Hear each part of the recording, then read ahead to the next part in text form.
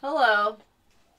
Hi. I'm Jill. Oh no. Oh God, again. Oh, we messed I'm it up. so sorry. You didn't. I did. No.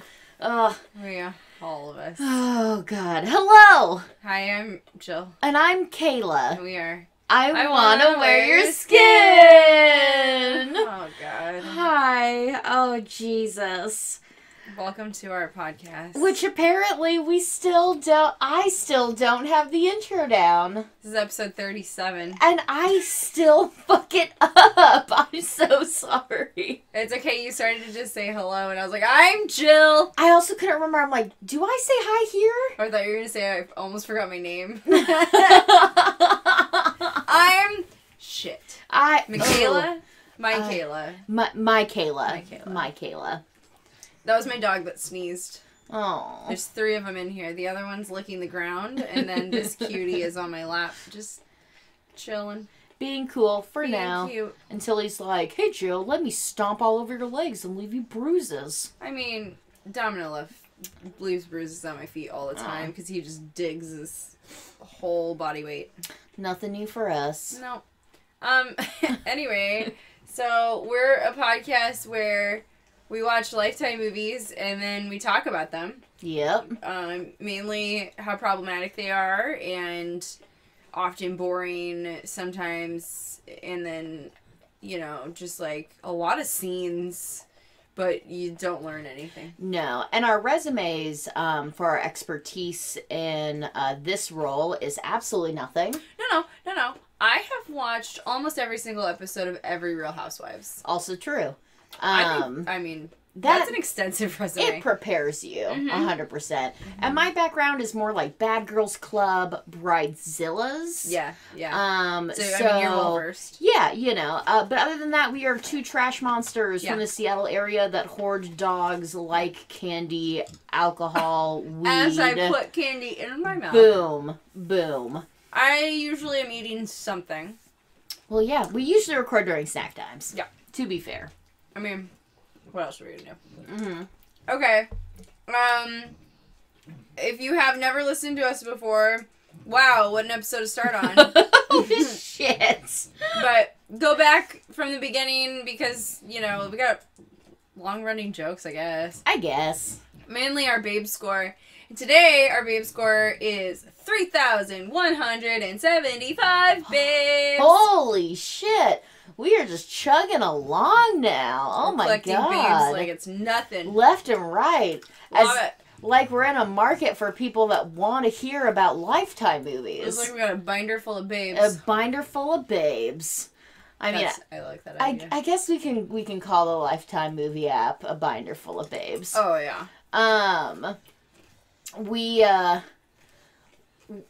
We're still figuring it out. We don't know. Yeah, we don't know. We do know that we're watching Lifetime movies. That's all. Yeah. But we have a lot of babes, and we have a few Patreon babes, which we shout out once a month.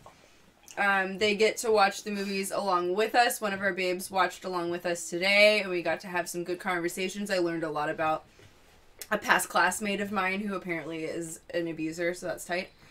And they also, depending on the level that you're at, we're making shirts. And you get to see a video of Kayla making spaghetti with her fetty. With my fetty. And possibly, I want to do maybe like a burrito movie down the road. So if we have enough people that are interested in that tier level. And by interested, we mean giving us their money. Yeah, give me your money and I will make foot videos for you. And if that's something that you consider pornography, then call me a star. Yeah, I mean, you're paying for it. Right? It's fair. Yeah, totally fair. Sex work is real work. It is, and especially when my feet are involved. Fuck yeah. What are you drinking today, Jill? Well, I'm finishing up an apricot liqueur. Liqueur. You just can't say it without You sounding like a can't. fucking douche. You can't. And then I've got a backup key lime for when I'm finished with that one. Because I drank all my coffee and it just hit, I hit a plateau with coffee today. I'm just so fucking tired. My dogs have not let me sleep all week. You little farts. God, Radar, you are so fucking cute. He is. Oh. You got it. No, you can roll. Yeah, you can roll, You bub. hit the door, but okay. Oh. So I'm drinking LaCroix, and I've been drinking all week alcohol related beverages, so I needed a break. What about you, Kayla? Today I am drinking a non-expired Whoa! Mountain Dew. Kayla. I know. It's because I didn't buy it at my usual 24/7 redonkulous trash. I can't believe it's not expired. Like, does it taste okay? It does. There is a difference in taste. There Wow. is a reason for an expiration date. I Not feel always, like I know but I this believe now. it with Mountain Dew. With this, well, yeah, it's just it's garbage chemicals. Like, they need to be fresh. You need your garbage to be I fresh. need it. I do. What else do we want to talk about? So we have our Patreon. Sign up for our Patreon. Get extra shit. It's fun.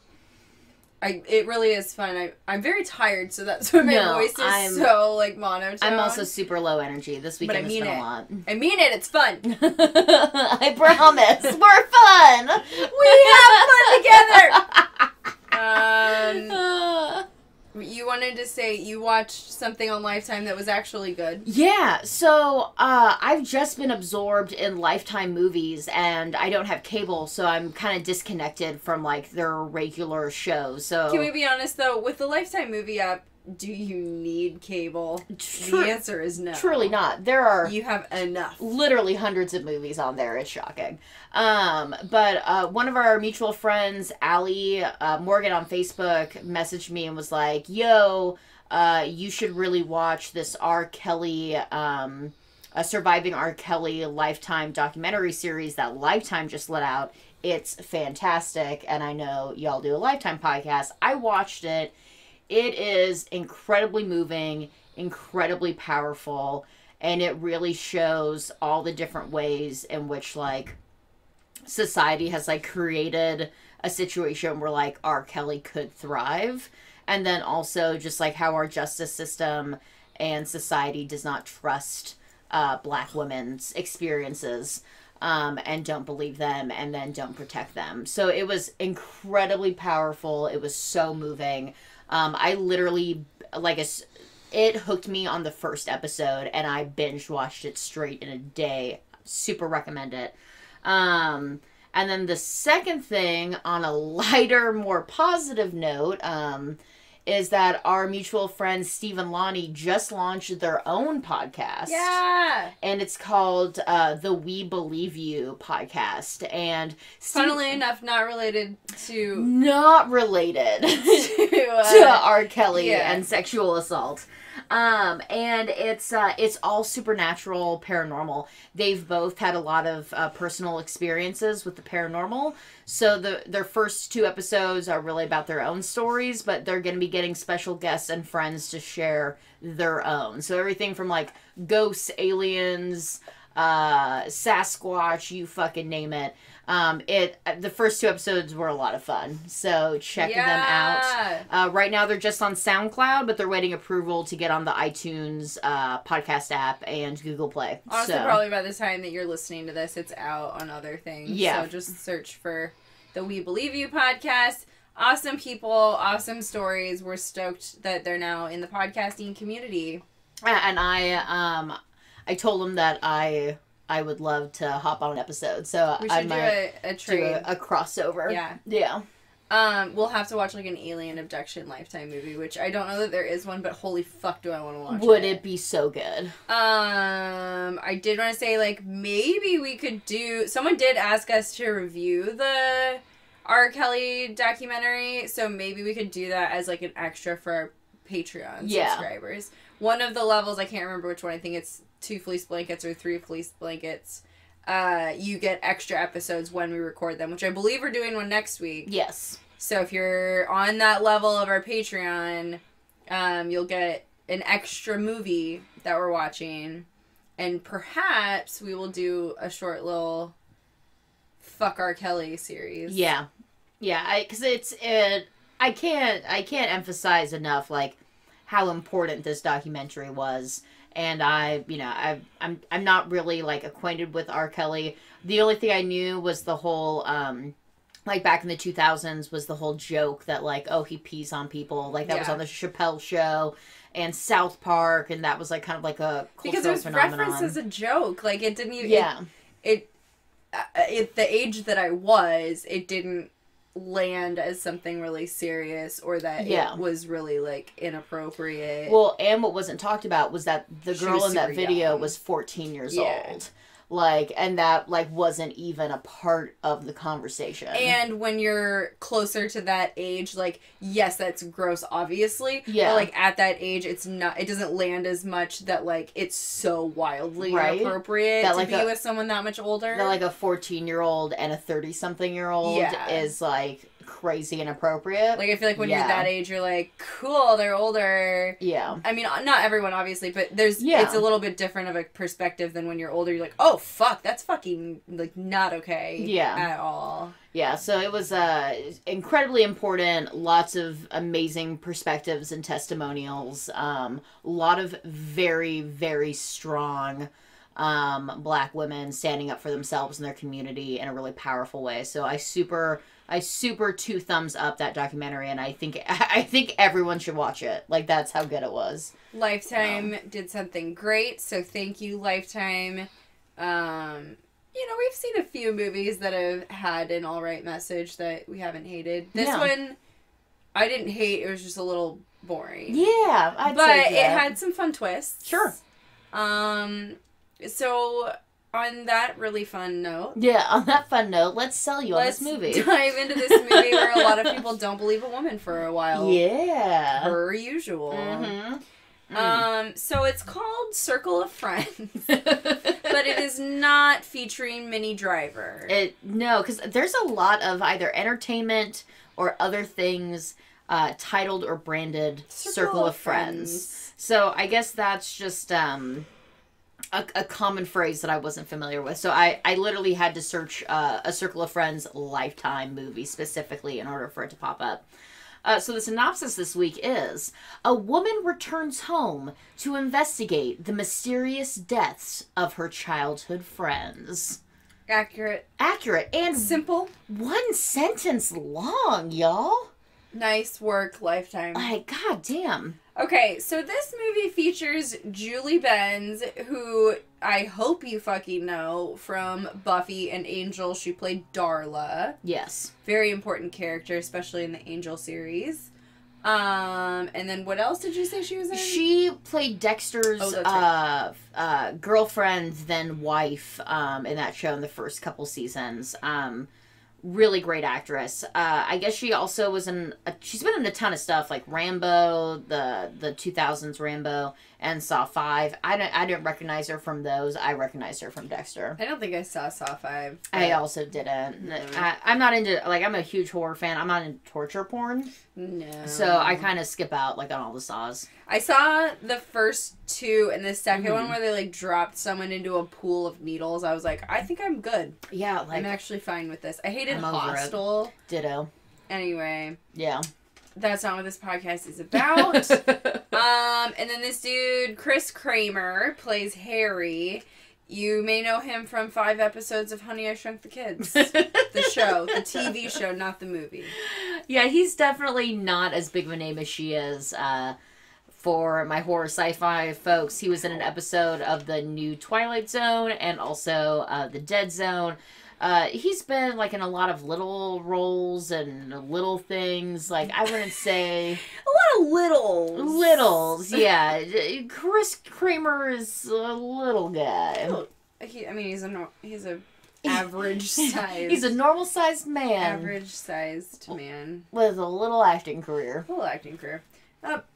So, yeah. This movie opens...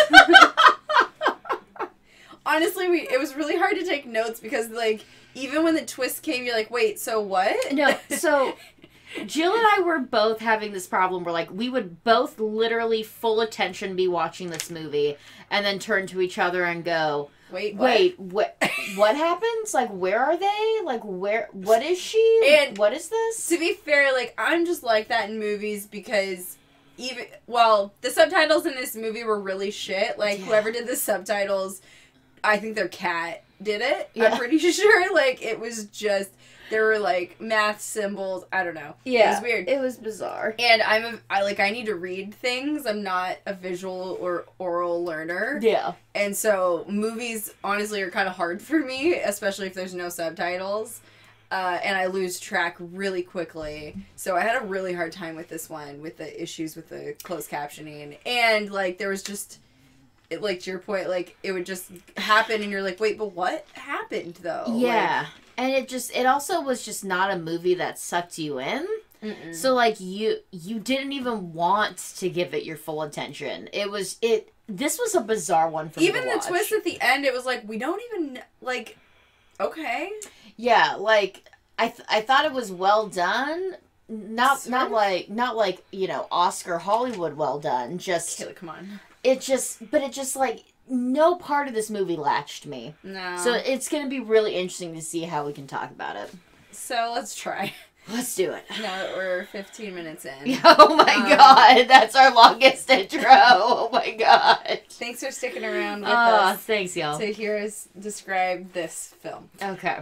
So it starts with this woman who is, like, in the woods, and someone is obviously, like, kind of chasing her or something. Yeah. She's like, you don't have to do this. And she's not running, she's just, like, walking. And sobbing. Yeah, so she's definitely being manipulated or, like, coerced or something, but, like, it doesn't seem to be super aggressive. And then nothing happens and she does start running. She starts running like that one episode of Friends where Phoebe just flails all limbs. Like, it's very weird. Not a good runner. And obviously trips. And then you just see, like, a gun going towards her and someone shoots her point blank in the head. Yeah. And then puts the gun in her hand. And then it opens up to a funeral. And it's these 4 friends that I honestly... Okay, so Maggie is Julie Benz's character. There's Joan, who is the house that she's staying at. Uh-huh. Susan is the governor's wife. Okay. And then I do not remember the other one's name. I wrote down none of their names. Caroline. So, I don't know. I really don't know what her name. The yoga teacher. Yeah, because they didn't do. I know her cat's name was Fred. Yeah, they just didn't do a good job introducing themselves in the movie. So they did so much exposition of, like, oh yeah, because you lived above a whatever shop growing up, and your dad did this. That's why you're like this. And you're like, okay, but what's her fucking name? Yeah, like what's your name, lady? That's been on the Alright. screen for 20 minutes. Anyway, so they're at this funeral together, and they're like, I guess it's the death of their friend Celia, who apparently, I mean, it's insinuated that that's who this person that was shot is. Mm-hmm. She stays, so this is a weird thing. She stays at Joan's parents' house. Yes. Which is a fucking McMansion with a beautiful wraparound porch. Yeah. But she stays there. We don't know where her parents went. Where are they? They don't show up the whole movie. No. And the movie spans, like, months. Yeah, but also, like, all of her friends are very successful, career-wise, family. They all live in this really nice community. Why couldn't she just stay with one of them, like, in their house? I know she wasn't staying with Joan because she had kids, I think. But yeah, like, I don't know why she wouldn't stay with the other ones. And then also, so she's there, staying at the house. She's, like, asleep upstairs. She hears a noise, which, I mean, she's in a stranger's house. Like, it doesn't seem unreasonable that one of them would, like, show up. Sure. And all of a sudden, someone's, like, taking a shower downstairs. And she's, like, carrying a candlestick like there's a fucking intruder. And it's like, I don't think an intruder's taking a shower, honey. Let me break in to use your shower. That's rare. Yeah, it's weird. And so she opens the shower door, and it's Joan's brother, Harry. Yeah. Who apparently is Maggie's first love. Yes, back from high school days. And I, one, bring this up because this is the next scene, and 2, to say, why didn't you just end up staying with Harry? True. At any point. True. Like, it makes no sense. Also, she's a very wealthy designer in New York City. She could afford a nice hotel. She's, like, fancy. Yes, I don't get it. So, like, when she goes in, she realizes but that I would it's Harry. stay at that house. Like, that house is sure. tight. Harry is it's a sheer shower curtain, which means you can see Harry in all of his glory. And i.e. his dick. The director really wanted the audience to know that Maggie likes Harry's dick. Oh, yeah. So the whole bathroom scene, she's like aggressively ogling just his dick and like making faces at it and like licking her lips and like being fucking weird about it. Very flirty. And she's like, you could have called. And he's like, here's my dick. Yeah. It's a much longer scene. You don't actually see his dick. You guys. don't. But apparently you can just call dick on delivery and it pops into your shower and it's fine. So he hops out of the shower and they catch up a little bit. Harry is a divorcee and he is a news director. So he has a pretty busy lifestyle. Oh. And Maggie is widowed. Her husband died in a car crash. And under suspicious circumstances. Yeah, the police believed that he was drunk driving, and she adamantly says that like she knows her husband would never drink and drive, and also the crash was so bad and there was a fire that they weren't able to even like do an autopsy to see if he had alcohol in his system. Though he's like, well, was there alcohol in his system? And she answers, no. The body was burned too badly to do an autopsy. Which is like, then don't say no. You don't know. I mean, don't know. I believe you, but you don't know from an autopsy. Right. I don't know. It's just weird. But also, like, during this whole scene, like, they're vibing on each other. Like, oh, yeah. They're definitely having those, like, old kindled sparks come back. And he's even just like, so, how long are you staying? And she's like, oh, probably gonna stay for a little while. I feel like she says, like, 3 days or something. And then she's there for, like, a fucking month. Also, I don't remember in the entire movie Joan talking about Harry once. Like, no. I don't remember her being like, hey, how's my brother? Are you guys fucking? Like, there was actually one scene, but it was just her telling Maggie that she didn't think they should get back together.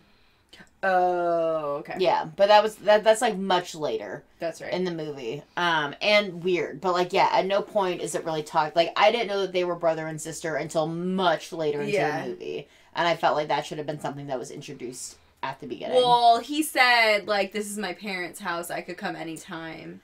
But these are things that, like, none of it, again, like, none of these things, like, landed for either of us for some reason. And so both of us were just like, I don't know who you are. It's almost like this was a sequel movie. Yeah. And that, like, the first movie explained all these people's relationships and background. It did seem that way. Like, it just felt like we were supposed to, like, assume all these things. But then they would tell us shit that didn't matter. Yes. Like, they wasted time on shit that had, like, nothing to do with the story. Yeah. So, anyway, yeah.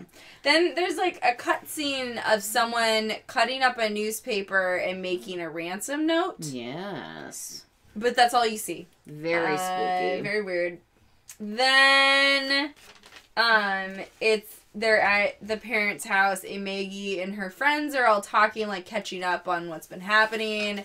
Her one friend is a yoga teacher. She proceeds to do a real quick downward dog in front of everyone to be like, look at me! Fucking ridiculous. It was weird. And then she is on the phone arguing with someone because her cat Fred doesn't like to be left alone. Yeah. And then everyone's making fun of her, and it's like, okay, listen, I have a dog on my lap right now, and if he didn't like to be left alone, I would never leave the house. Right. So. And it gets... Oh, radar. It gets mentioned, oh, Jesus, in that scene that, one of their friends, from college, because they're all, like, reminiscing, telling each other multiple stories, and it gets brought up that one of their friends from college actually passed away in a house fire kind of recently. Yeah. And Maggie was like, oh my god, that's crazy. And they're like, yeah, it is. They're like, yeah, weird, I don't know, it's just like this weird house fire, it's whatever. It's just bizarre, just lots of tragedies happening in a very short period of time. And Maggie is literally the only one that's like, I mean, like, it's very strange that a lot of people we went to high school with are dying under suspicious circumstances. Yeah, and that they just so happen to all be in our class. Yeah. Like, isn't that weird? Yeah. And, her friends I wrote, another friend dead of fire. That'll do it. That'll true. put the death in you. So, her friends, are just kind of like, oh, it's just, I just don't really think that's that weird. And also, like, you kind of got obsessed about death after your husband died. And it really, welcome to trauma. stresses you out. And she's like, yeah, obviously I'm going to be a stressed and loose cannon when my husband dies. Like, Suddenly in a car crash when I know he wasn't drinking. so she just fucking drops it. She just doesn't even want to go there with them. And now she's with Harry, Mm-hmm.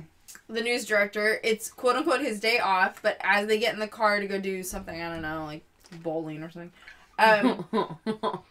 he gets a phone call.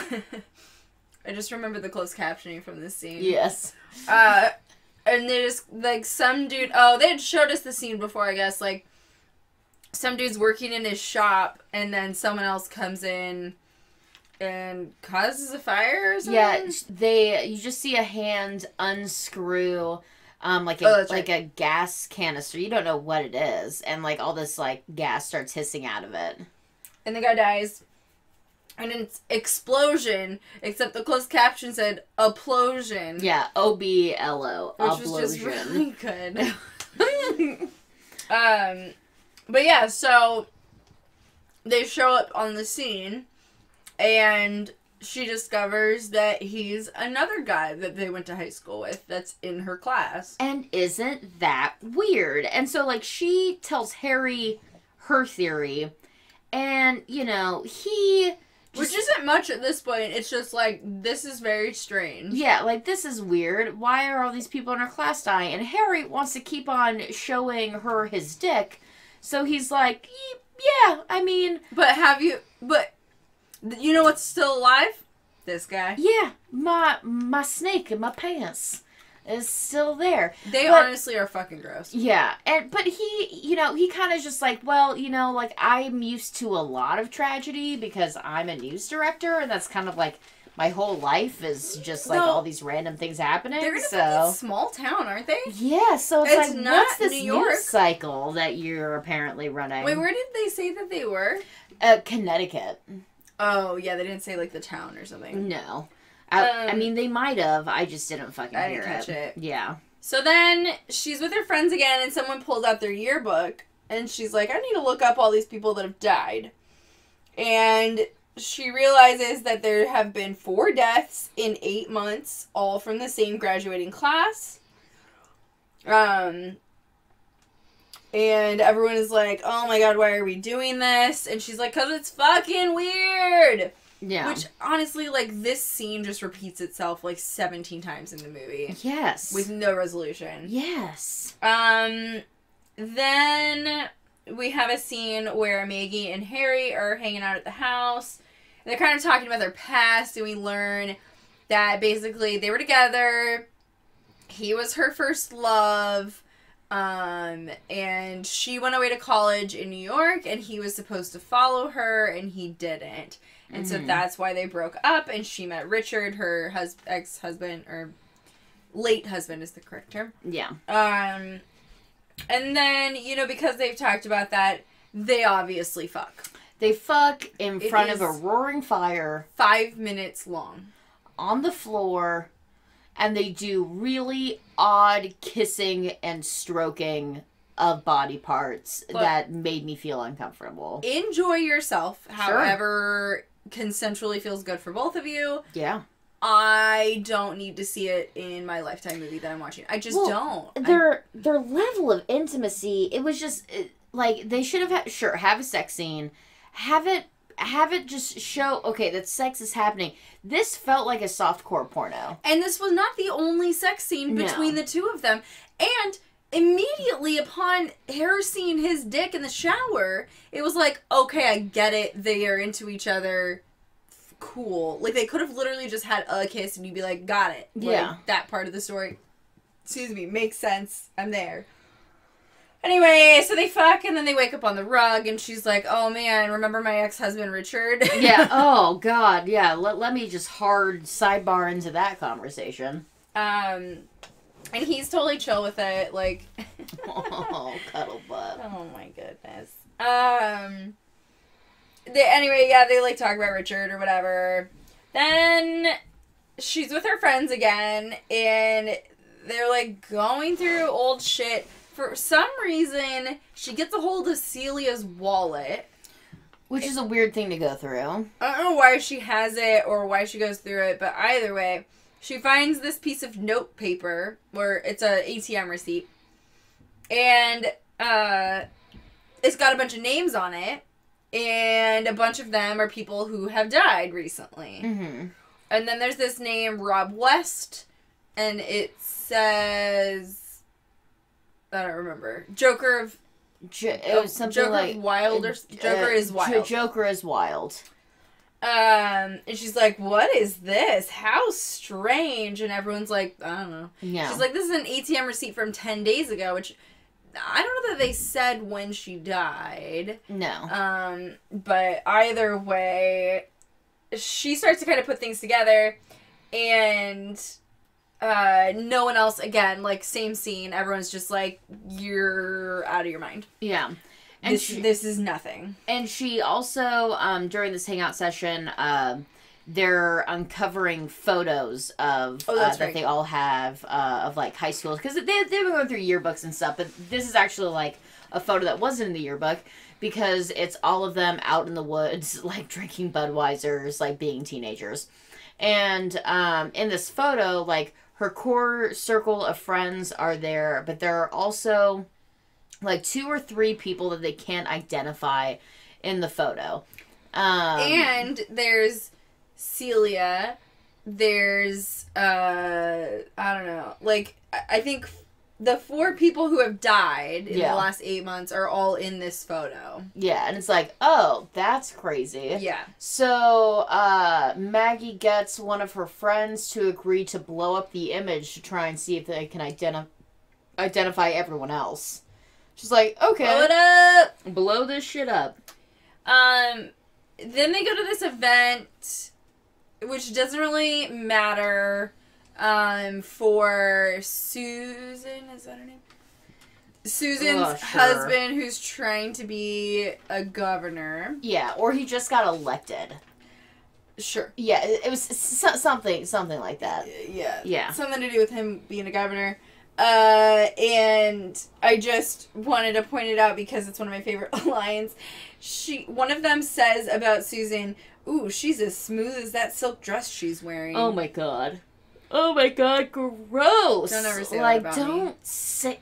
God, it's weird. The dialogue in this movie was not natural. No. Like, it didn't feel like they were friends. It wasn't things that, like, people would say to each other. I don't get it. I really don't. Then, Maggie and Joan go to a detective because Maggie's like, okay, this is getting really fucking weird, and I need someone to look into this. Like, I need to know what the fuck is going on. And so they go to this detective, and he's just kind of like, yeah... Shit happens, man. I don't know, man. Like, they didn't find anything. Yeah. So... Alright. Yeah, like, nothing about these deaths were suspicious at the time. They're closed cases. I don't really know what else to tell you. Yeah. And she's like, well, do something. And he's like, no. And then she leaves. Yeah, well, and she leaves, and then she insults him by being like, this is why I didn't end up with you. We didn't even know that they dated. Was that the scene or the next time she sees him? I don't know, but either way, she does say that to him, and it's like, okay. And he even is like, all right. All right. I'm probably glad at this point. Like, I'm not holding a torch. Then we see some woman, like, weirdly trying to take a hanging plant off of a hook, but she's really really struggling, even though it's like at her reach and right in front of her. And then she's pushed off a balcony. And it turns out that this was a woman named Pamela who Maggie was supposed to meet with in the morning because she was also in the photo of this camping trip. Mm-hmm. And so Maggie discovers this. She goes back to the detective. I think that's when she's like, yeah, this is why I'm not with you. She's just like instantly aggressive, like, what the fuck? Like, what's happening? Why aren't you doing something? And he's like, because it's not how law enforcement works. Yeah, we can't just investigate anyone's ideas. Yeah, if there's nothing suspicious, there's no forced entry, there's no sign of a struggle, there's no evidence of the alternative, like, then it's gonna be considered an accident, like, or a suicide, or something along those lines. Like, in this case, it was regarded as an accident. I'm talking about, like, all the other deaths. Yeah. So it's just like, but, I mean, and don't get us wrong, Lifetime gets law enforcement wrong in every single movie. But this is one of those ones where it's like, well, yeah, like, if there isn't anything to raise concern, no one's going to investigate conspiracy theories any further. Yeah. And she really hasn't brought anything to the table other than, hey, all these people have died and they all were in this photo together in high school. And it's weird. Yeah, and we're all in our 30s now and people are dying. It's like, that's not enough. Yeah. That's not enough. And I mean, it obviously is suspicious, but yeah, like, I don't know, like, it really isn't enough. Legally, I don't think. Yeah. Then she's in the car with Joan, and Joan's, like, popping some pills, and Maggie's like, what's up? And she's like, oh, just some antacids. And she's like, what? Yeah. And Joan, I guess, is disappointed that she never really had a career. She had kids. And that seems to not be enough for her. And I don't really know why this scene is in it. Because I don't know why either. I mean, it's a fair perspective to have, but, like, it didn't add anything to this movie. It didn't add anything. Joan wasn't a major character. It just was kind of whatever. Yeah. Kind of like that scene where they're at the ball for the governor's thing. Is like, okay. Right? Like, okay, I guess we're here now. What does this have to do? I mean, I guess they're trying to, like, build out their characters, but they could have done that in a better way, I feel like. I don't know. It was whatever. But it was a fair perspective. Like, she just never really had a career, and she's, like, jealous of Maggie for having this huge career. And Maggie's like, yeah, I'm kind of jealous that you have kids. Like, that whole thing. Yeah. So the next scene, Joan actually was able to get the picture of all, of the one of them partying in the woods blown up, and they're able to start identifying some of the people. There is a guy, though, with his back kind of facing, the camera, though, and you can't really see anything except for that there's a tattoo on his upper arm. And they don't really remember him, so, like, they each start, like, piecing together memories of this guy. And they remember him as just, like, a guy that, like, moved their senior year, and no one was really too close with them. And they all called him Ozzy Osbourne because of his tattoo. And his name was Bobby Osborne. But the tattoo... And he had a tattoo. So that's enough to be called Ozzy Osbourne. So people were like, oh, like, when's the last time we've talked to this guy? And no one could remember, but they do remember that they were trying to locate him to invite him to reunion stuff, and no one could get into contact with him. So now, like, that's kind of the guy that, like, Maggie, like, wants to get into contact with, maybe even suspects. So Maggie decides to use the internet to look up the worldwide internet device. Wow. To look up all the Robert and Bobby Osbournes on the internet. And she says that that's why God created the internet, was to stalk people from your past. She's not wrong. She's not wrong. So Harry is helping with that, and she's just exhausted, though, and she's like, man, like, I don't know if I keep doing this. And he's like, okay, well, You go to bed, and I'll try and take the rest of these names and numbers that you haven't called and put my news people on it. Try and see if we can get any leads. Yeah. So she goes to bed. Leaves the fire going. Don't know why.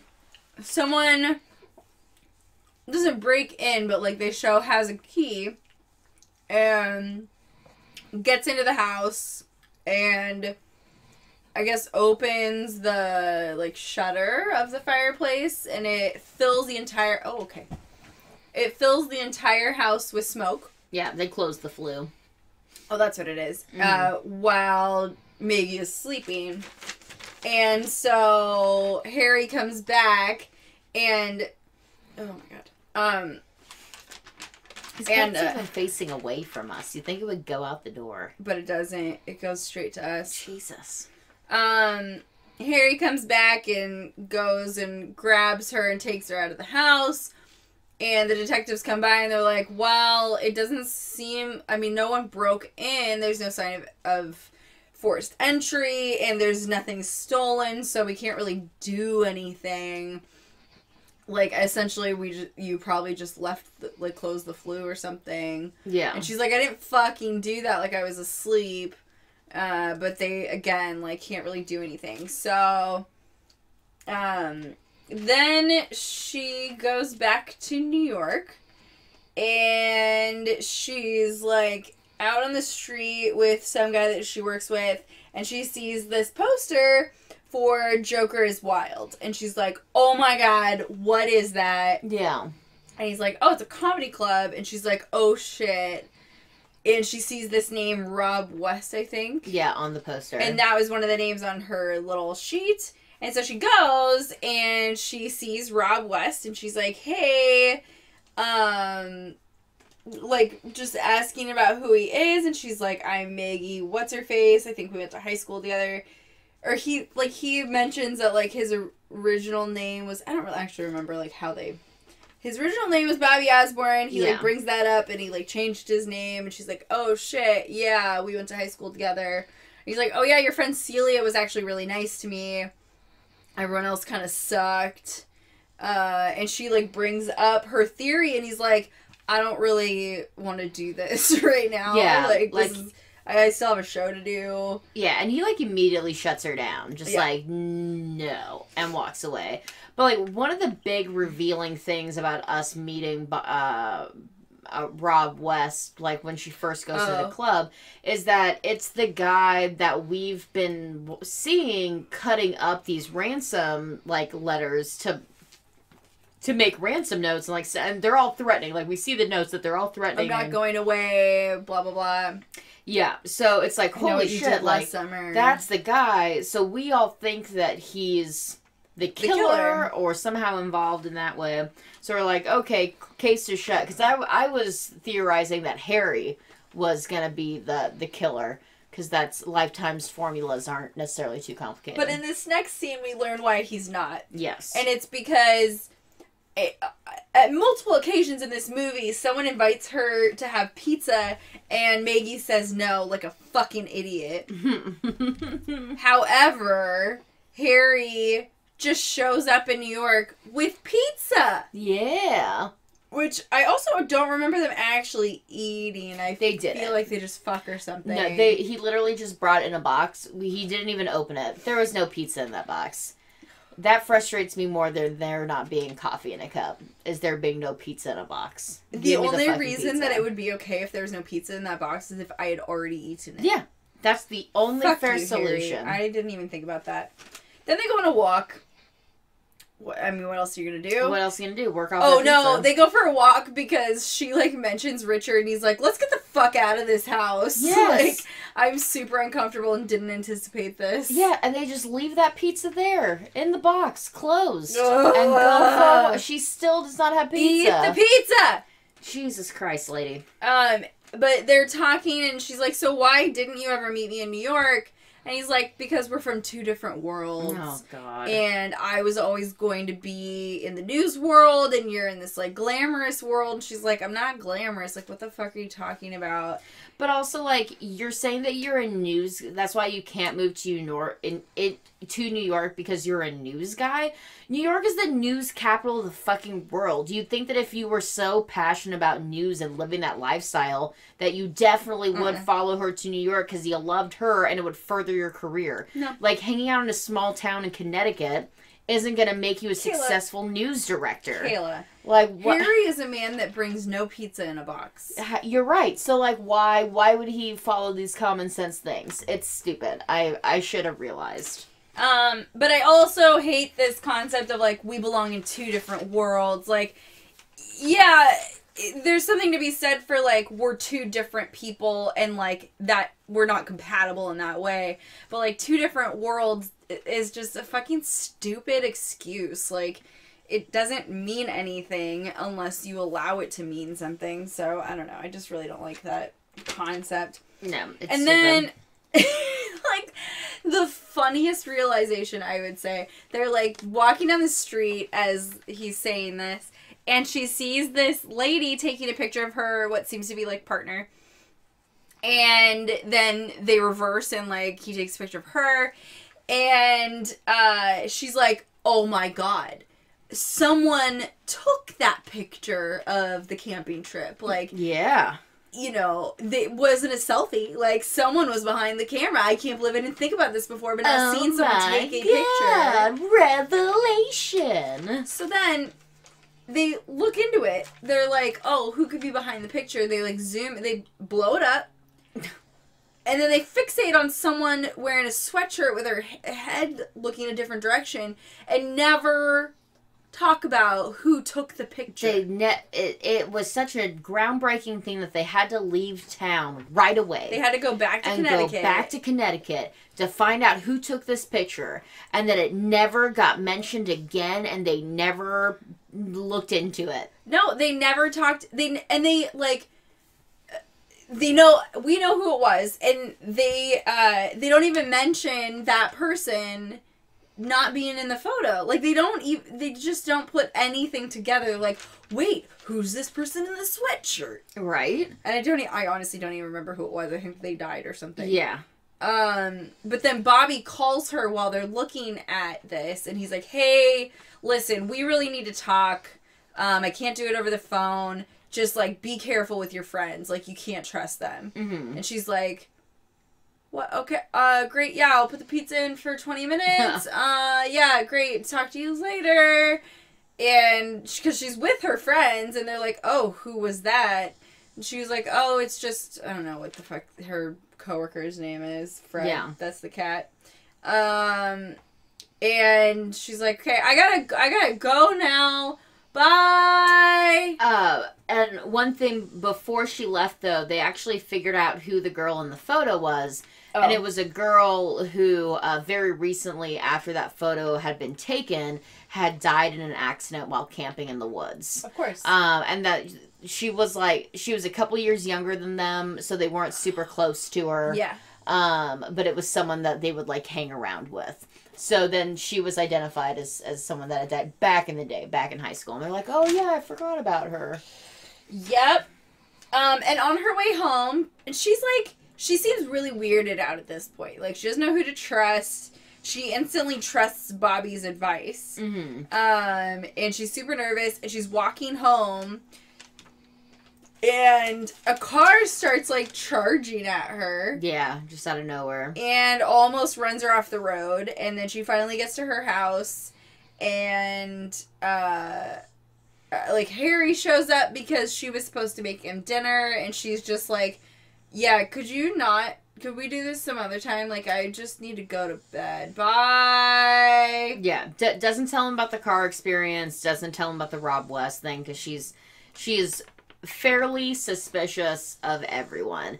And in this moment, I'm suspicious of Harry again, because Harry showed up right after the car scene. Yeah. And he kind of seemed squirrely in the scene. Maybe he was just, like, excited to see her, but, like, it came across as, like, I think weird. he was like, upset that he wasn't going to get to hang out with her. And also, like, she could have called him. Yeah. But she didn't. Didn't. So he goes, he's respectful. And in the morning, she goes and tells her friends, and she's like, hey, so I hate to admit this, but you all were right, and I'm not investigating this anymore. Like, I'm just getting too obsessive. And her friends are like, cool, super chill, man. Yeah, tight. We've been wanting to drop this the whole time. Like they're all just like, oh, thank God. Like, yeah. And she goes to New York and meets up with Bobby. mm-hmm. And this is where the whole plot is revealed. Yeah. And essentially, Bobby, this girl that they saw in the sweatshirt, her name is Leslie. Yeah, that sounds right. He saw, like, the news article said that she tripped and, like, fell over a cliff. And he was like, no, I saw someone push her. And I've been, like, he's been blackmailing this person. Mm-hmm. Because he wanted the truth to come out. And this person, didn't. And so, because they didn't know who was blackmailing them, kept killing the people that had been there that she assumed were blackmailing her. Yeah, and of course Maggie's just like, why don't you fucking say that you saw a murder and just, like, let this be written off as an accident? And he's like, look, like, I was new in town, you guys were the popular girls, and you weren't nice to me at all. Like, Celia was the only girl, like, out of your entire group who was actually nice to me. The rest of you were fucking, like, stuck-up bitches. Like, I knew that no one was gonna believe me, so I didn't even bother. And plus, she's like, what? No, we weren't mean. It's like, yeah. She also was like, get over your teenage grudge. Yes. Which is like, oh my God. Like, if you were fucking awful to him, like, just admit it and say sorry. Right. What is it? What are you losing by holding on to your need to be like, no. Yeah. I'm nice. And so, like, he admits to it, so he's just like, I wanted to blackmail and torture this person for doing it.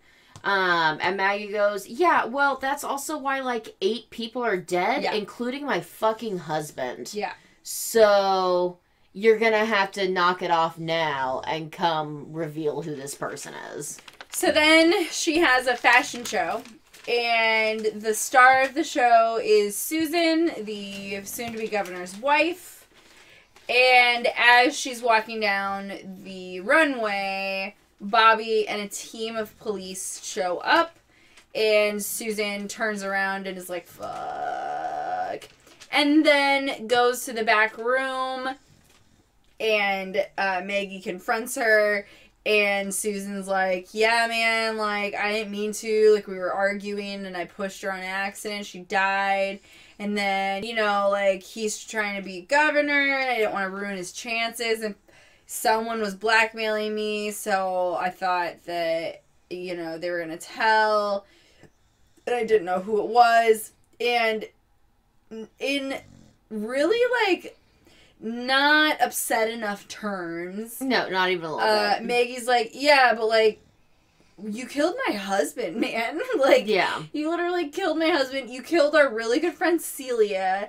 And she's like, yeah, I just, like, you know, I didn't want them to tell.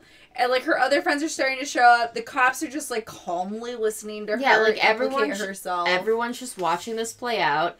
And finally, Maggie's just like, well, tell me how you did it. Like, tell me how you killed my husband. And she's like, I gave him a pill. I slipped him a pill in his drink so that he'd fall asleep behind the wheel and crash his car. And it's just like, it's all like, it's not emotional. No, like, she's gotta be like, what is it where you don't feel emotion?